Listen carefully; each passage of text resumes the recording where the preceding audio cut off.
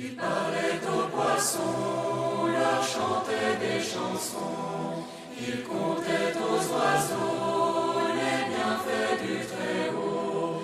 Il louait le soleil et toutes ses merveilles. Paix et tout bien, amis auditeurs, bienvenue à vous tous pour notre rendez-vous, notre série sur Frère François, d'après l'ouvrage de Julien Green, dont l'audio et la production est de Saint-Léger Productions. Avant de retrouver notre épisode, nous nous étions, je vous le rappelle, arrêtés au moment où François, en fils de l'Église, va demander l'approbation de sa règle, l'autorisation au pape de vivre donc en fraternité. Julien Green nous a bien expliqué tout le contexte du Moyen-Âge, les dérives, les dangers, les hérésies. Et cette attitude est un exemple pour nous de ce qu'est véritablement l'obéissance filiale, l'obéissance aussi à l'Église. Donc François va se rendre auprès du pape. Ça va pas être simple, mais Dame Providence est là, qui va bien faire les choses. Bonne écoute.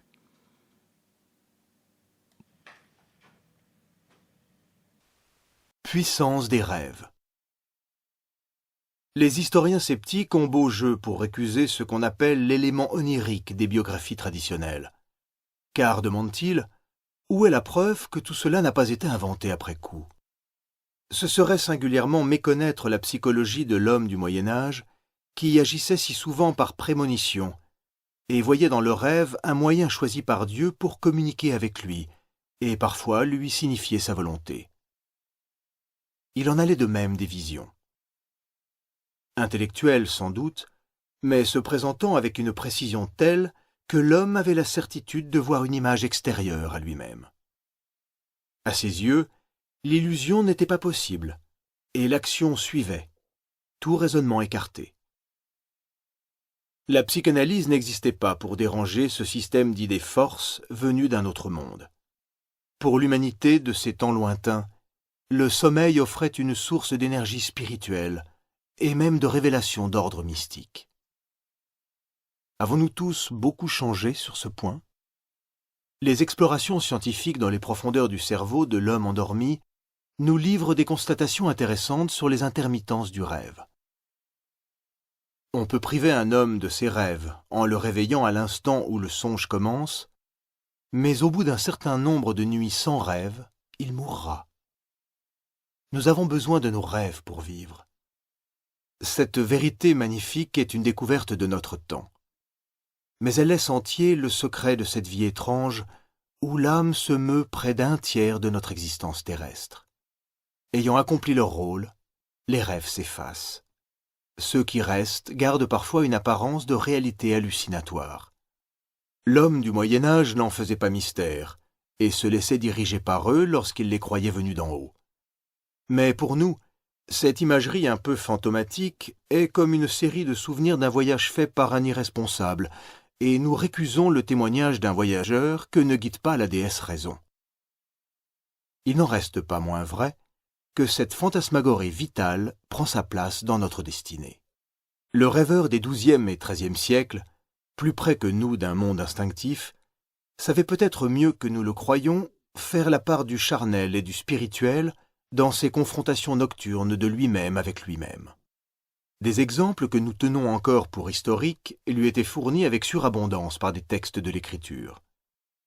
Le songe de Jacob, qui vit des anges montant et descendant sur une échelle qui atteignait le ciel.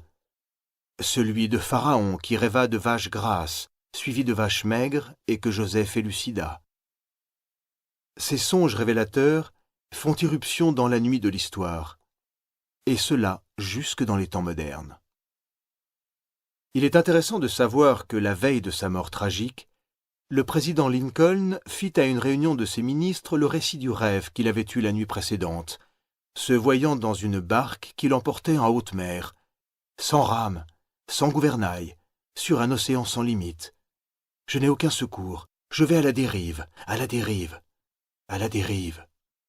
Et il conclut : « Mais, messieurs, Cela n'a rien à voir avec notre travail. Voyons les affaires du jour. 5 heures plus tard, il mourait au théâtre du coup de revolver d'un fanatique. Entre Innocent III et François d'Assise, l'échange se passe de vision à vision, l'une répondant à l'autre, comme des bateaux qui se croisent la nuit en pleine mer. Le mendiant et le pape. Lorsque François revient le voir, le pape a encore en tête les remarques de ses cardinaux, et devant ceux-ci toujours présents, reprend leur point de vue et se fait en quelque sorte l'avocat du diable. Comment vivrez-vous? De quoi allez-vous vivre sans argent? Et avec quel argent? Le bon sens pratique parle ici sa langue de tous les jours.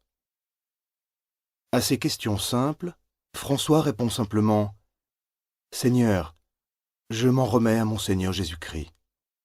S'il s'est engagé à nous donner la vie éternelle, il ne nous frustrera certainement pas au moment voulu de l'indispensable à notre vie matérielle sur cette terre. » Mais le pape ne voulait pas céder, même si, au fond du cœur, il se sentait remué par les paroles de cet homme manifestement inculte. « L'homme, par sa nature, lui dit-il, est instable et ne persévère jamais bien longtemps dans les mêmes voies. Va, demande au Seigneur de t'inspirer des vues plus sensées pour ton avenir, et quand tu seras sûr de tes désirs, tu reviendras me voir et alors j'approuverai ta règle. » François se retira. Dans le silence de sa prière, Dieu lui inspira une parabole. Aussitôt, il revint voir Innocent III. C'était le 3e face-à-face du pape rouge et or comme le soleil couchant et du petit homme couleur de terre. En regardant ce doux obstiné, le pape se souvint d'un songe qu'il avait visité peu de temps auparavant et rempli d'inquiétude. Il se voyait dormant dans son lit, sa tiare sur la tête, et la basilique du Latran penchant dangereusement de côté, quand par bonheur un petit moine, l'air d'un mendiant, s'appuyant contre elle de son épaule, la soutenait et la gardait de crouler. Le mendiant, il le reconnaissait. C'était celui-là même qui lui parlait. Et comment le pape ne l'eût-il pas écouté, racontant une histoire allégorique alors que lui-même avait encore en mémoire un songe. Un roi richissime avait épousé dans le désert une femme très belle et très pauvre. Elle lui donna de nombreux enfants. Mais elle demeura au désert. Quand ses fils furent grands, ils se plaignirent de ne rien avoir. Elle leur dit « Vous êtes enfants du roi. Allez à sa cour et il vous donnera ce qu'il vous faut. » Alors ils gagnèrent le palais du roi. Celui-ci s'étonna de leur beauté. « D'où venez-vous » leur demanda-t-il. « Qui êtes-vous » ?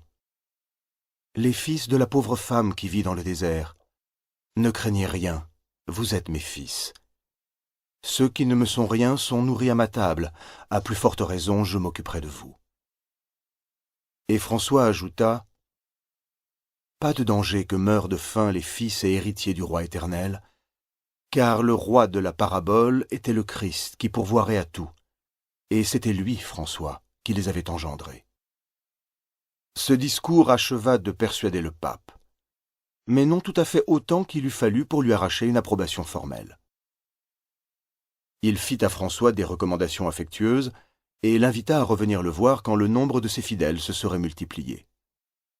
Alors, et alors seulement, il pourrait lui accorder davantage.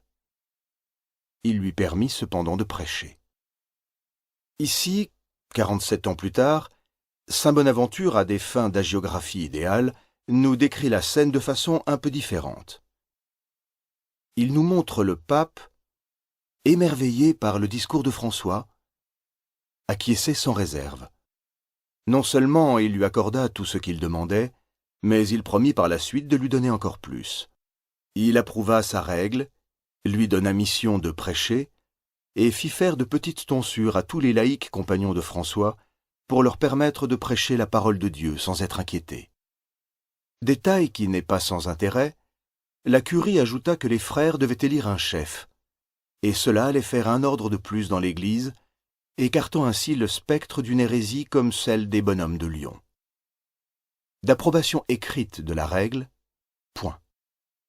Après une prosternation aux pieds du Seigneur pape, François prit son congé et, avec ses frères, sortit aussitôt de la ville par la Via Salaria. Que pensait-il en quittant Rome? Avec toute son innocence retrouvée, il ne restait pas moins italien, et sa finesse naturelle l'instruisait du prix des bonnes paroles. Mais comment discuter avec un personnage coiffé d'une tiare, lui qui n'était rien, lui qui ne savait rien? Quelle figure pouvait-il faire devant ces hommes pleins d'un savoir étourdissant? Le pape lui avait donné son assentiment verbal. La parole du pape lui suffisait. Cependant, s'ils disparaissaient l'un ou l'autre, verba volant. Quand le poverello entendit ses frères exulter et chanter victoire, ne dut-il pas secrètement souffrir? Il pressentit non pas l'échec, mais bien pis, la réussite illusoire. Les cardinaux avaient trop grogné. On ne voulait pas de sa règle toute simple, et lui, d'autre part, ne voulait pas fonder un ordre. C'est ici que les documents se taisent, crainte de ternir la belle image. François, à la cour de Rome, était comme un enfant, mais il avait une intelligence surnaturelle du sens caché des événements, et il dut flairer les hésitations dans ses compliments et ses bénédictions qui n'engageaient à rien de précis. L'approbation remportée de haute lutte n'était qu'une permission de principe. C'était à Jésus seul qu'il devait s'en remettre. Et le Christ lui rendit doucement la joie que le monde n'a jamais pu donner. Dans une vision nocturne, il retrouva tout son courage. Il vit un arbre gigantesque à la cime duquel il se trouva enlevé, et l'empoignant des deux mains, il réussit sans effort à la courber comme il voulait jusqu'au sol. Or, cet arbre était le pape.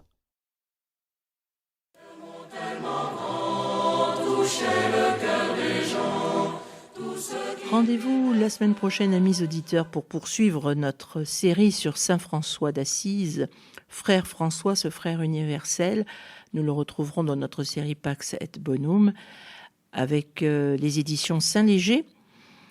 Merci pour ce rendez-vous que j'espère vous êtes nombreux à ne pas manquer. Et nous attendons bien sûr de voir comment cette fraternité va grandir en nombre, mais également en sainteté.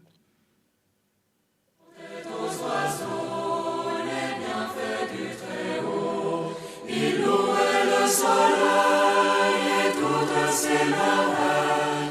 Il n'avait pour habit qu'un affreux tissu gris. Il voyageait souvent, pieds nus et sans argent. Il vivait dans la misère, François le Père.